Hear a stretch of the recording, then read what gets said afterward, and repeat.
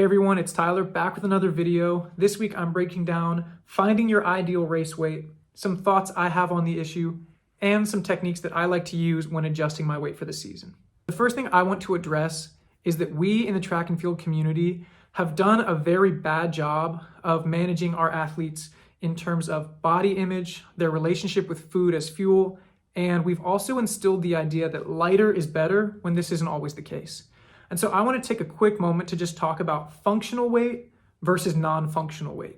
Functional weight is really important. There is a certain amount of weight that you have as a person because you have bones, organs, skin, muscle. You have certain things about you that take up weight, and that's okay. These things are healthy, they're normal, and they help you in your performance. Having muscle lets you put more power into the ground, into the barbell, into whatever. And there's also non-functional weight. And your hair is technically non-functional weight. So body fat percentage is your other notable non-functional weight. For every pound of non-functional weight that you carry around, you're going to affect your strength to weight ratio. And it's also going to take more energy to go the same distance because you're having to carry more mass. I will acknowledge that there is a grain of truth in lighter is better, but also excessive leanness can be very dangerous. And if you're an athlete who struggles with body image or with your relationship with food, I don't encourage you to lose weight in any way whatsoever. I think that you should only do this if you're consulting a physician or your family, and it's important that you have a third party there that can verify that you are losing weight in an appropriate way. Because if you have a bad relationship with those things, you tend to be very bad at judging how much weight you've lost, at judging what your ideal race weight is. Now, if you're losing or gaining weight, that doesn't tell us specifically whether or not you're going to be a more explosive athlete, because what we're focused on is our strength to weight ratio. If you gain 5 pounds of weight, but you get, 5 pounds stronger, the scale's going to balance out and you're going to be okay. But we all know that athlete who says, I'm going to gain 10 pounds of muscle this off season. And he comes back and he's sure enough 10 pounds heavier, but he's only a little bit stronger in the weight room. He's not any more explosive, and he's not any faster when you get out to the track. This is an athlete that gained a lot of non-functional weight as well as functional weight. But we also know the opposite athlete who comes back and they're 10 pounds lighter, and everyone says, man, you look like you're in good shape, you look lean, but they're noticeably weaker, they're not any faster. Yes, they might have lost a lot of weight, but they lost a lot of functional weight, and so their ability to produce force and to express power out on the track has also been diminished. If you look at the body type of Olympic athletes, there has been a trend in recent years towards heavier and heavier athletes. The reason for this is that as you gain muscle, you can express a lot more force. So especially in the 100 and 200 meter races, heavier athletes have tended to do better. And so being lighter is not necessarily being better in all cases. So when I talk about finding the ideal race weight, we want to establish that lighter is not always the goal. We want to be sufficiently lean, but not excessively lean. And so sufficiently lean means that we're not carrying around excessive body fat that's weighing us down. If you're at 15 to 20% body fat, that's, for the average person, healthy, but that's a lot of weight to be carrying around the track. If you're 10 to 12%, that's a very lean range that is sufficiently lean, especially if you're improving in other areas, if you're still growing, if you're getting more explosive, if your technique is improving, if your conditioning is getting better. There are a lot of ways you can improve without losing weight. So if you're maintaining your weight throughout the season, you're probably going to be improving those ratios. On the other hand, if you are excessively lean, you might be getting to the point where your recovery is impaired, you're not able to get sufficient amounts of sleep, and you're going to disrupt your hormones and your ability to build muscle. Other things included in excessive levels of leanness would be your risk of injury and your risk of illness, and you will definitely notice these if you haven't already noticed extreme levels of fatigue or that your recovery is not quite right. I don't like to tell athletes a specific weight number that they should be. I'm not going to sit here and say that if you're 6 feet tall, your ideal race weight is 165 pounds, because I don't know you. I don't know how much muscle you have. I don't know how tall you are, how long your legs are. It can all have a big impact. And so I'm not going to tell you there's a specific number you need to be at. But your ideal race weight should meet 2 criteria. One is it's sufficiently lean. You're not going to be at 15 to 20% body fat percentage as a track and field athlete. If you do a field sport, it might be helpful, but as a track and field athlete, it's probably going to be somewhere around 10 to 13. But the second and more important issue is that it needs to be something that you can maintain without injury or illness for an extended period of time, especially if you are a younger athlete. It might seem kind of high to some people. And the reason for that is that one, we are bad at judging our own weight. You might get to 10 to 13% body fat and still feel like you're at 15, but you could actually be lower, you could actually be a little bit higher. The other thing is that I like to think of losing weight as the last resort to getting faster. There are so many things you can do as an athlete that will make you faster that I don't worry about getting lean until I am already at a very, very elite level of sport. So now I'm going to talk a little bit about some strategies I use when I'm adjusting my weight for the season. And I'm going to talk about two scenarios. One is that I'm already very lean and I'm trying to gain or maintain my weight.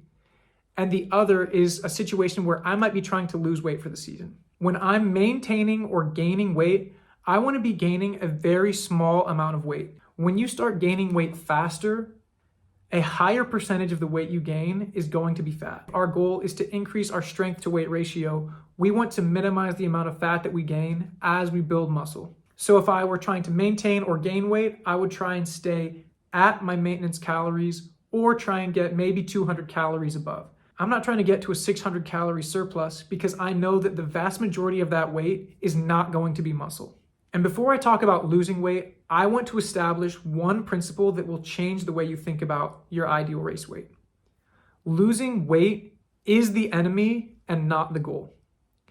And what I mean by this, when we are losing weight, we are not getting the utmost in performance because we've taken away nutrition. We are at higher risk of injury, higher risk of illness, and we're at higher risk of losing muscle and disrupting our hormones as well. What this means is that I don't want to be in an extended calorie deficit, and I don't want to be in a really extreme calorie deficit while trying to support really high levels of performance. So the number one tip I would give to an athlete who wants to lose a little bit of weight is that you should do it in the off season. If you're trying to take away key nutrition that you need in the heart of the season, you're not going to have the nutrition you need to reach those peak levels of performance, and your risk of injury is going to shoot up. So I like to do this during the off season when I have the chance to do a lot of volume strength work, when I'm doing easy workouts, or when I can just do light maintenance recovery workouts. Something that I personally like to do when I'm losing weight for the season is that I want to lose my weight in one big chunk. So what that might mean is I might find a week where my workouts are very light. Plan to lose a full pound of body weight in 1 week. My number one goal is not to lose muscle, and my number two goal is not to be in a calorie deficit for a long time.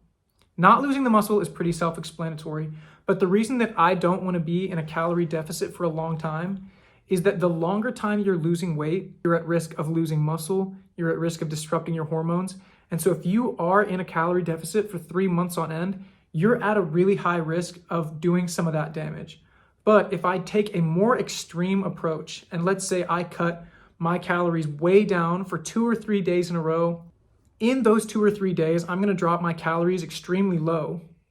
I'm gonna do really easy workouts. I'm talking 2 sets of squat, a set of hamstring curls, bench press, pull-ups. All I'm doing is giving my body a stimulus to keep muscle, and then I might only eat 100 grams of protein and try to not eat anything else. When you give your body protein in a restricted state, you are sending your body the stimulus to keep the muscle while losing body weight. If you're losing weight and your body is trying to hold on to muscle, you're more likely to pull from your body fat. And if you're only eating protein, your body has a hard time turning protein into energy. And as a result, protein is much harder to store as fat than either carbs or fat are. And so this is going to be a very extreme 2 or 3 days. The 2 or 3 days that you do this are going to be miserable. You're not going to have good workouts and you're going to feel awful. But the way I see it, if you're going to feel awful for 2 or 3 days, you might as well feel really awful instead of feeling kind of awful for 3 or 4 weeks. One of the reasons I like to do it this way is that you have 2 or 3 days where you're really losing body fat, and then the next week you can maintain, and then you can continue to build muscle, to build strength, and you're not influencing or impacting your recovery in those other 3 weeks of maintenance. On the other hand, if I try and undercut myself by 200 calories every day, I'm still not going to have great recovery. I'm still not going to be building muscle or building any strength. And because I'm viewing losing weight as the enemy, I'm only trying to fight my enemy for a few days at a time. I'm not trying to fight my enemy every single day for 3 weeks straight. If you're going to lose weight, don't drag it out and make it the longest possible process you can. If I could only impress a few things on you, the number one thing I would say is that your ideal race weight might be lean, but it is not going to be your lightest weight. It is important that you still maintain a proper strength to weight ratio and not just shoot for the lightest possible weight. Because losing weight is just one tool in the toolbox, we shouldn't rely on it for an extended period of time. It shouldn't be our first method for improving performance. And it's really important that we don't try and lose excessive amounts of body weight in a short period of time. If you're an athlete, your body is going to require a certain amount of nutrition to get the level of performance that you're expecting. We can't spend extended time in a deficit, and we can't severely restrict our nutrition in an effort to get a better performance because our body needs fuel. No car is going to run at its most effective when it has no gas, no oil, and no air in the tires. As always, if you like this video, please check out the rest of my channel, give this video a like, and I'll see you guys next week.